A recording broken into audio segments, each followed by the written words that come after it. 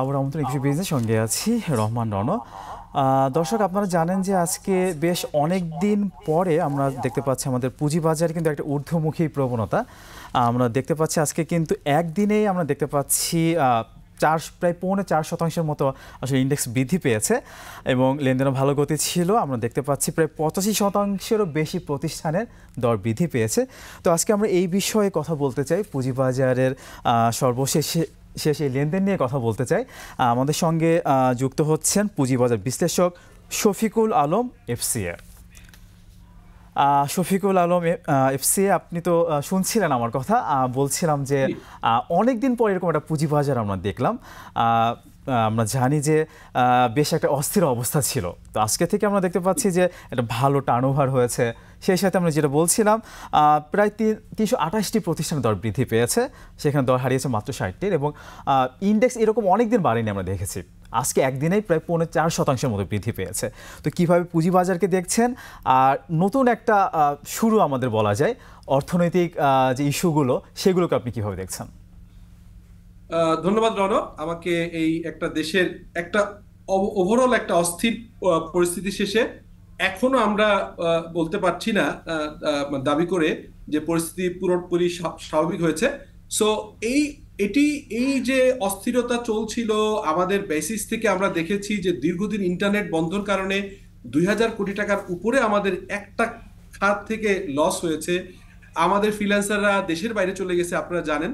তো সেই জায়গা থেকে এখন একটা ডিফারেন্ট ফেনোমেনন তৈরি হয়েছে। বাট এই জায়গায় এসে আসলে আমাদের সবারই বিজয় উল্লাস না করে আমাদের আসলে অর্থনীতি পুনরুদ্ধারের চেষ্টা করতে হবে। সেই জায়গায় আমি ব্যক্তিগতভাবে মনে করি যে পুঁজিবাজার, আপনি নিশ্চয়ই জানেন, আমি অনেকবারই বলেছি, আমাদের পার্শ্ববর্তী দেশের সাথে যেখানে পুঁজিবাজার অলমোস্ট হচ্ছে 120% কন্ট্রিবিউট করে ন্যাশনাল জিডিপি, সেখানে আমাদের 8-9%, ইভেন লেস দেন 10%।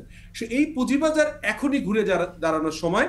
কেন বলছি? প্রথমত হচ্ছে যে দীর্ঘদিন একটা সরকার কন্টিনিউ করবার কারণে ইনভেস্টরদের ভিতরে একরকম একটা স্ট্যাগনেন্সি চলে আসছিল, আপনি নিশ্চয়ই এটা জানেন। সেইভাবে এখন fresh investor, different business group এবং ইউরোপ এবং আমেরিকাতে বিভিন্ন জায়গা থেকে আপনারা জানেন যে ফরেন ইনভেস্টমেন্টটা চলে যাচ্ছিল।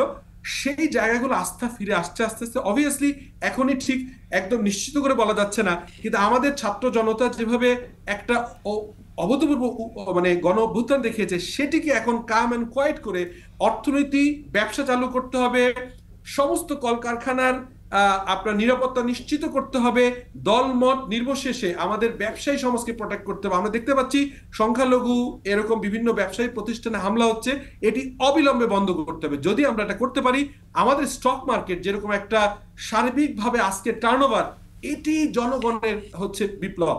জনগণের বিপ্লব, এই যে দীর্ঘদিন ধরে এই মার্কেটকে ম্যানিপুলেট করে রাখা হয়েছে, এই মার্কেটকে তার স্বাধীন যে ফ্লো সেটিকে চলতে দেওয়া হয়নি। সেই জায়গা থেকে আজকের যে ইমিডিয়েটলি আমি খুব খেয়াল করছিলাম যে এরকম একটা গণ অভ্যুত্থানের পরের দিন স্টক মার্কেট যেভাবে ঘুরিয়ে দিয়েছে, এটি আমাদের বাংলাদেশি, মানে স্টক মার্কেট আসলে একটা ইন্ডিকেটর, আসলে ইকোনমির একটা বড় ইন্ডিকেটর। জি, অবভিয়াসলি জি।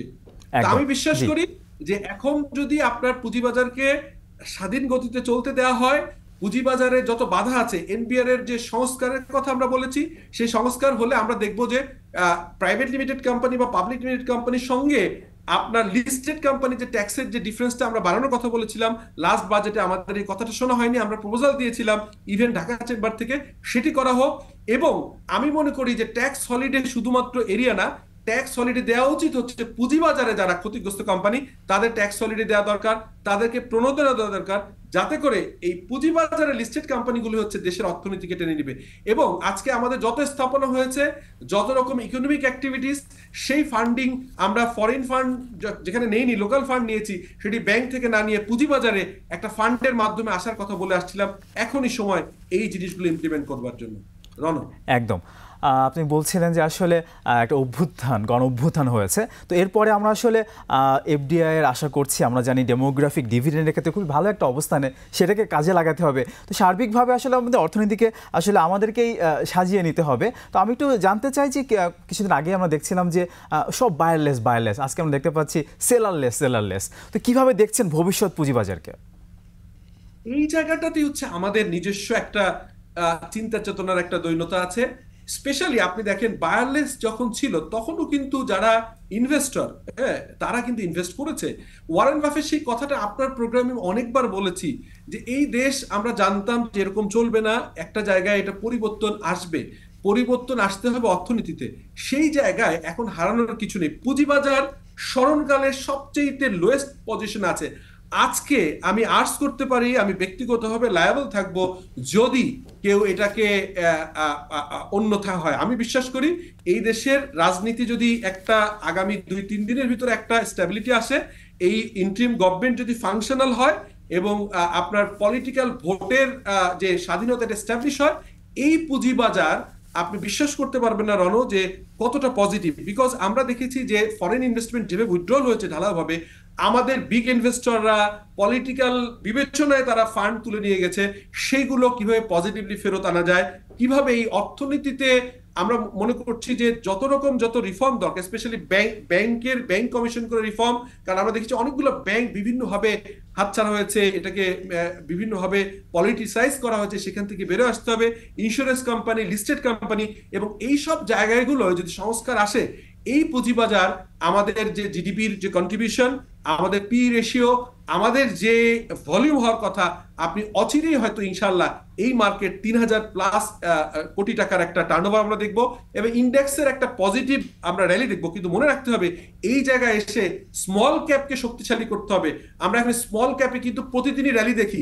মেইন মার্কেট পরে আপনার লাস্ট যেটি ওয়ার্কিং ডে ছিল এই বন্ধের আগে, সেই ওয়ার্কিং ডেতে আপনি যদি অ্যানালাইসিস করেন দেখবেন মূল মার্কেট যেখানে বায়ারলেস, সেখানে সেলারলেস ছিল কিছু কিছু কোম্পানি, এবং বায়ারের অনেক আগ্রহ ছিল স্মল ক্যাপে। কেন? বিকজ ওখানে স্ক্রিপ্ট খুব কম। এখন আমি সরকারকে এবং যারা এই বিষয়ে পলিসি মেকার তাদেরকে বলবো, স্মল ক্যাপে যদি দ্রুতভাবে ভালোভাবে দেখে আমরা যদি অ্যাটলিস্ট 100 কোম্পানির অন্তর্ভুক্ত করতে পারি, তাহলে এখানে ডিমান্ড সাপ্লাইয়ের যে ইমব্যালেন্স এটি ঠিক হবে, এবং লং টার্মে আমাদের এই স্টক মার্কেট সাস্টেনেবিলিটি হবে। মেইন মার্কেটে যেসব স্ক্রিপ্ট আসছে, টেকনো ড্র্যাগ আসছে রিসেন্টলি আপনারা দেখেছেন, এগুলো থাকুক।